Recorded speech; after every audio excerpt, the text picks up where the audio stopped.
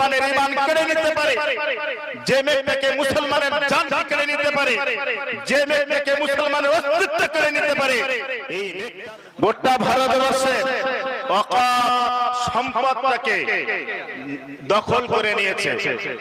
তাই এটা ঘোষণা করতে হবে, ঘোষণা করতে হবে। ওয়াকফ সম্পত্তিটা দখল করে নিয়েছে, তারা আইন পাস করেছে, এর আইনের উপরে আঙুল তুলেছে, সংবিধান নষ্ট করেছে। তাই এই সংবিধান নষ্টকৃত ব্যক্তির জন্য আমাদের সোচ্চার হওয়ার দরকার আছে। আল্লাহ পাক আমাদের সকলকে এক আল্লাহর ওলি মহাব্বতে জোশে ভালোবাসা আন্তরিকতা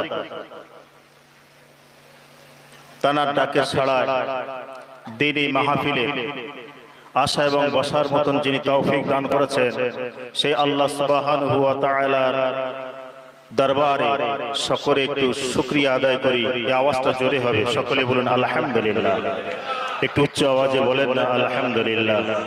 পরে পরে বিশ্বের শ্রেষ্ঠতম নেয়ামত সাইয়্যিদুল মুরসালিন আশরাফুল আম্বিয়া রাহমাতাল লিল আলামিন দু জাহানের বাদশা জগৎগুরু মুহাম্মদুর রাসূলুল্লাহ সাল্লাল্লাহু আলাইহি ওয়াসাল্লাম তার প্রতি বর্ষিত হোক অসংখ্য অগণিত দরুদ আর সালাম।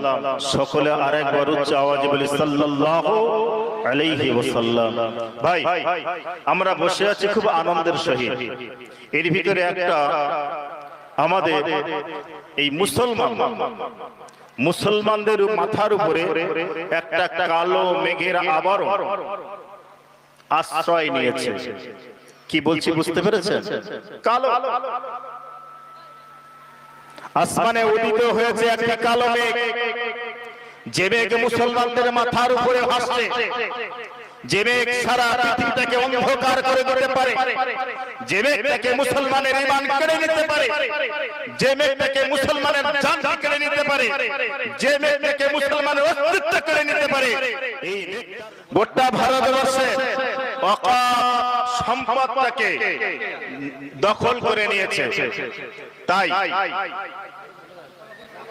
এটা ঘোষণা করতে হবে,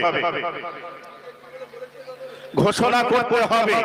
ওয়াকফ সম্পত্তিটা দখল করে নিয়েছে, তারা আইন পাস করেছে, এর আইনের উপরে আঙুল তুলেছে, সংবিধান নষ্ট করেছে। তাই এই সংবিধান নষ্টকৃত ব্যক্তির জন্য আমাদের সোচ্চার হওয়ার দরকার আছে না? সোচ্চার হতে হবে।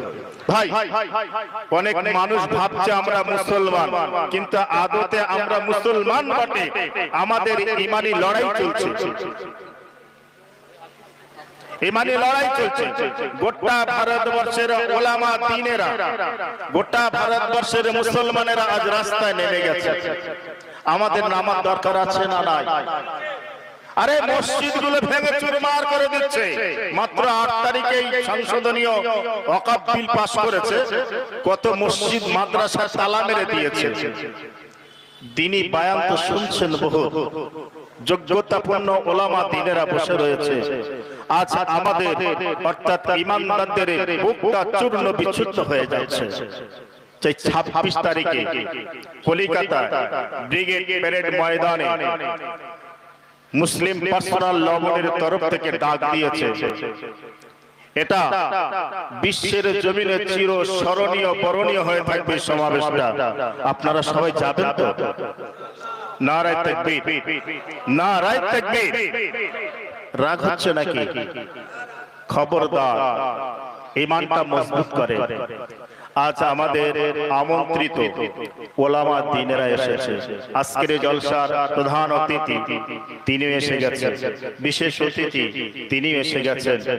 সুফি আজম গাছি রাহমাতুল্লাহ আলাইহি দরবারের আলেম ওলামা রয়েছে। আপনারা খুশি তো?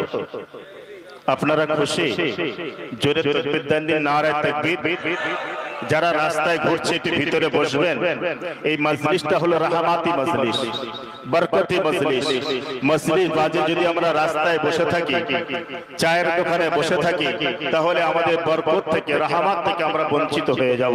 ভাই ওই দোকানে যারা বসে আছেন মজলিসের ভিতরে আসেন ভাই, আপনাদের অনুরোধ করা হচ্ছে আপনারা পাক মাহফিলে এসে বসেন।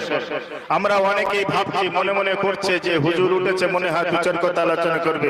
আমি আপনাদের কাছে বক্তৃতা দিতে আসিনি, আমি আপনাদের কাছে নসিহত করতে আসিনি। নসিহত করার জন্য আমরা সুফি আজম গাছি রহমাতুল্লাহ আলাইহির দরবার থেকে বড় বড় উলামা দিনেরা এসেছে, তারা নসিহত করবেন, দিনের কথা আলোচনা করবেন। তা আপনারা যদি আশেপাশে আরে বারে চায়ের দোকানে বাড়িতে বসে থাকেন, তাহলে আলোচনার মজাটা পাবেন ভাই, পাবেন পাবেন। মজলিস শেষে বসেন, কথা বুঝতে পেরেছেন? একটা দিনে মজলিসে বসলে আলাদা ইমানি জোশ বাড়ে না কমে? বাড়ে। মজলিসে এসে বসতে হয়। আমরা অনেকে মনে করছি মাইকের আওয়াজ যাচ্ছে, খুব ভালো লাগছে, আলহামদুলিল্লাহ। শুনুক বাড়ির মায়েরা বোনেরা, আপনারা মজলিসে আসেন। আমরা আমাদের এই জলসার কর্তৃপক্ষ জনাব শহীদুল ভাই, তিনি একটা সুন্দর একটা অভ্যর্থনার সুব্যবস্থা করেছে। প্রত্যেক আলেমদেরকে, বিশিষ্ট ব্যক্তিদেরকে একটা একটা করে ঝালন দিয়ে ব্যাস করিয়ে বরণ করিয়ে নেবে। আপনারা খুশি তো নাকি? ইজ্জত সম্মান দেওয়ার মালিককে, তাহলে আল্লাহর আলেম বান্দাদের সম্মান কে দিয়েছে? আমরা দেবতাতে কষ্ট হবে, অসুবিধা হবে নাকি? এখন আমাদের জলসার প্রধান অতিথি যিনি সুদূর বিহার থেকে এসেছেন, তিনি সুফি আজম গাছি রহমাতুল্লাহ আলাইহির দরবারের একজন আলেম, বিখ্যাত আলেম। আমি তার নাম শুনেছিলাম, চোখে দেখি না, আলহামদুলিল্লাহ আজকে দেখলাম যে হ্যাঁ, তিনি একজন যোগ্যতাপূর্ণ আলেম। তা